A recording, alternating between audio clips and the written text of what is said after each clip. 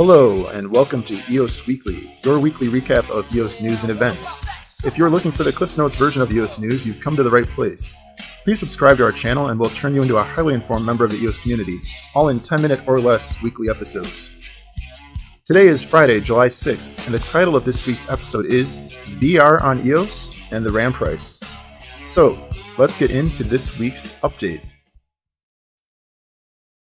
In blockchain and governance news, the headlines in the EOS world this week were centered on RAM prices.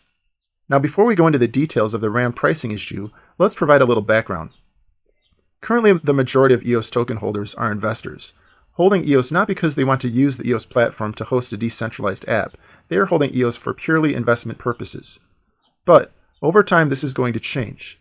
The actual purpose of EOS is for hosting applications, similar to how someone today might host an application on Amazon Web Services. And in the coming months, the first few apps are going to be launched on the top of the EOS blockchain. And assuming all goes well, more and more apps will be hosted on EOS in the years to come. What this means is there's going to be a shift from primarily investors holding EOS to it being primarily developers and entrepreneurs and businesses holding EOS. These people or companies will be using EOS for its true intended purpose, for hosting decentralized apps. And one of the things they will need in order to host their app is RAM, Random Access Memory. In order to procure RAM for an app on the EOS blockchain, you need to use some of your EOS tokens to stake out how much RAM you need. There's a RAM market where developers can stake RAM for their project, and it's based on free market principles. The reason why RAM pricing became such a hot topic this last week is because on July 2nd, the RAM price started going up dramatically. If you go to eosfeeexplorer.io, you can see the RAM price chart and the current value it's trading at. The link is in the show notes below. What you'll see in that chart is that the RAM price had been going up steadily since the EOS launch, but then started rising dramatically on July 2nd. The cause of this recent price surge wasn't from a sudden adoption of EOS by app developers. It was pure speculation.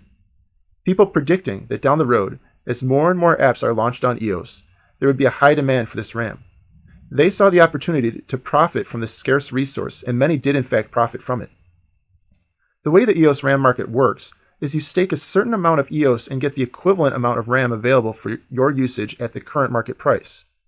Then, when you no longer need your RAM and go to sell it at a later date, you get more or fewer EOS tokens back based again on the current market price.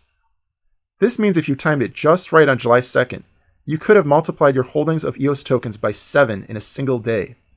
A kilobyte of RAM went from 0.14 EOS to 0.91 EOS at the peak, roughly 7 times the price in a single day. The higher end of this price range raised alarm bells among the EOS community because in practical usage terms, this price meant creating a new EOS account would cost about $100, and doing something like an airdrop would cost around $100,000. On July 2nd, while this price surge was underway, Dan Larimer joined a call with the block producers to discuss the issue. He didn't seem overly concerned, being that EOS was still far cheaper than the competition, and Dan expressed confidence that the market would arrive at a fair price, and the block producers should simply set a fixed annual increase in RAM to keep up with Moore's Law. Dan suggested something around 20% increase annually. As you can see in the chart, the price has in fact come down a bit since the peak on July 3rd. However, there are discussions underway on different methods that could be used to make RAM less attractive to speculators so that it is available at a reasonable price for its intended audience, which is the decentralized app developers. One such method would require RAM holders to pay a percentage fee each month, like a rent, based on how much RAM they are holding. This was proposed by Liquid EOS, and the link to their blog post is in the show notes below.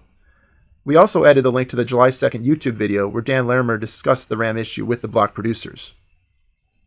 We'll continue to monitor the RAM pricing issue as this story unfolds, and we'll provide updates in future EOS weekly episodes.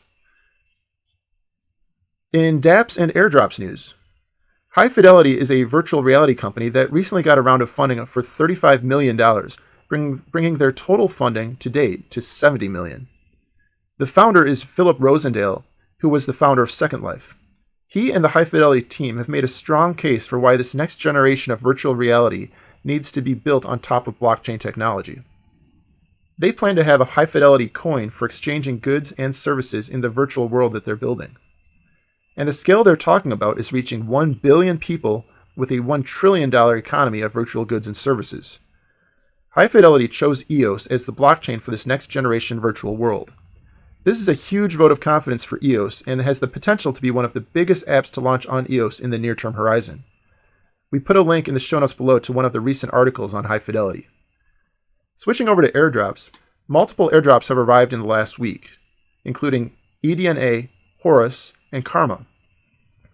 eDNA did a 1-to-1 airdrop.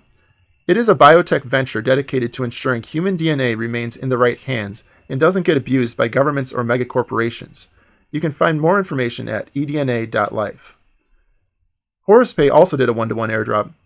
HorusPay is a decentralized global payroll portal that allows companies to exchange private encrypted data with international payroll vendors.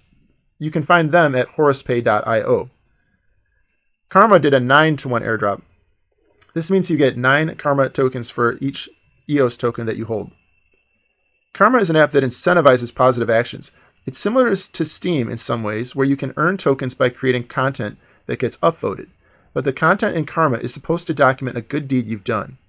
Members are encouraged to provide photos and videos in their content showing themselves performing these positive actions.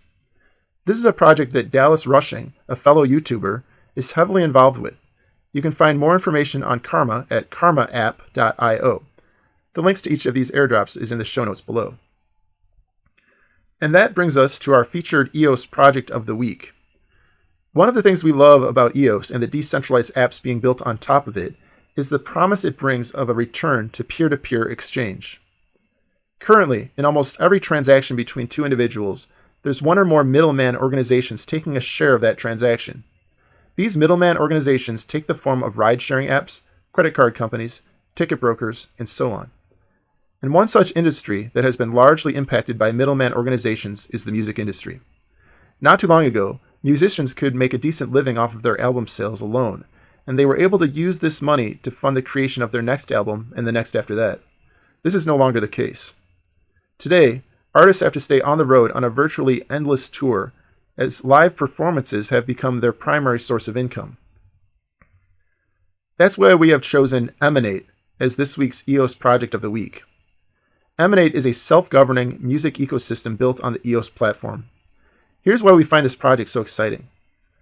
So if you go back to Napster, with Napster, music was basically copied freely from peer-to-peer with zero compensation to the artists. Fast forward several years and you have Spotify. Spotify improved on this model with streaming, great playlist and recommendation features, but still only gives a fraction of a penny to the artists when their music is streamed. We see Emanate as the next generation in this sequence. It's like version 3.0 of the music industry. In the Emanate model, artists earn tokens for their creations. As a decentralized app on top of EOS, the exchange between the music creator and the music consumer is much more direct than anything currently available, and the middleman taking a big cut of the profits is eliminated from the equation. Emanate already has 400,000 artists ready to onboard, and they're scheduled to launch an MVP version sometime in Q3. We encourage you to visit emanate.live for more information on this exciting project. Link is in the show notes below. Congratulations to Emanate on being selected this week's project of the week. If you would like to nominate a great EOS project to be recognized here, please ping us on Twitter. Our Twitter handle is @EOSWeekly. That's it for this week's episode of EOS Weekly. Please like and subscribe if you found this content informative and you want to continue to stay current on EOS as this revolution unfolds. Thanks, and we'll see you next week right here on EOS Weekly.